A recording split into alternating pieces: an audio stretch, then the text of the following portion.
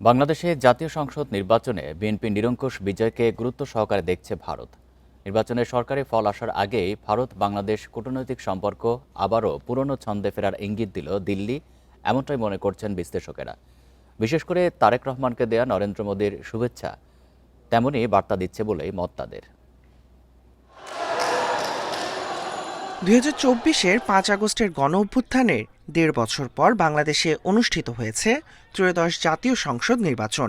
শেখ হাসিনার পতনের পর দেশের প্রথম গণতান্ত্রিক নির্বাচনে নিরঙ্কুশ জয় পেয়েছে বাংলাদেশ জাতীয়তাবাদী দল বিএনপি, যার নেতৃত্বে আছেন তারেক রহমান। নতুন রিন গভীর থেকে পরিষ্কার করে কাপড়কে রাখে নতুনের মতো উজ্জ্বল। নতুন রিন অ্যাডভান্সড পাউডার। দেশের অন্যান্য দেশের সম্পর্কের সমীকরণ, সেখানে প্রথমেই আসে প্রতিবেশী রাষ্ট্র ভারতের নাম।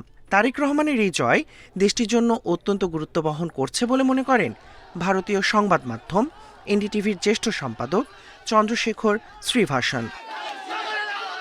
তার বিশ্লেষণ বলছে, তারেক রহমানের এই জয় বিষয়টি সবার প্রথমেই লুফে নিয়েছে ভারত। চীন ও পাকিস্তানের আগে ভারতের প্রধানমন্ত্রী নরেন্দ্র মোদী বাংলাদেশের নতুন নেতৃত্বকে শুভেচ্ছা জানিয়েছেন।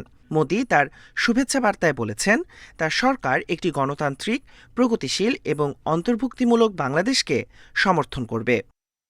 ভারতীয় প্রধানমন্ত্রী নরেন্দ্র মোদী তারেক রহমানকে যে শুভেচ্ছা বার্তা দিয়েছেন সেটি নবনির্বাচিত একজন নেতাকে যে ধরনের বার্তা পাঠানো হয় তেমনই। তবে এর ভেতরে অন্তর্নিহিত অর্থ রয়েছে।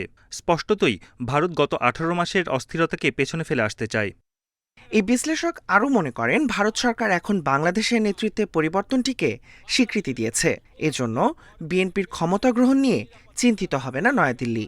এমনকি বিএনপি চেয়ারম্যান তারেক রহমান নিজেও বলেছেন তিনি ভারতের স্বার্থকে সম্মান করবেন, যা ইঙ্গিত দিচ্ছে ভারত বাংলাদেশের মধ্যকার পুরনো বন্ধুত্বপূর্ণ সম্পর্কের।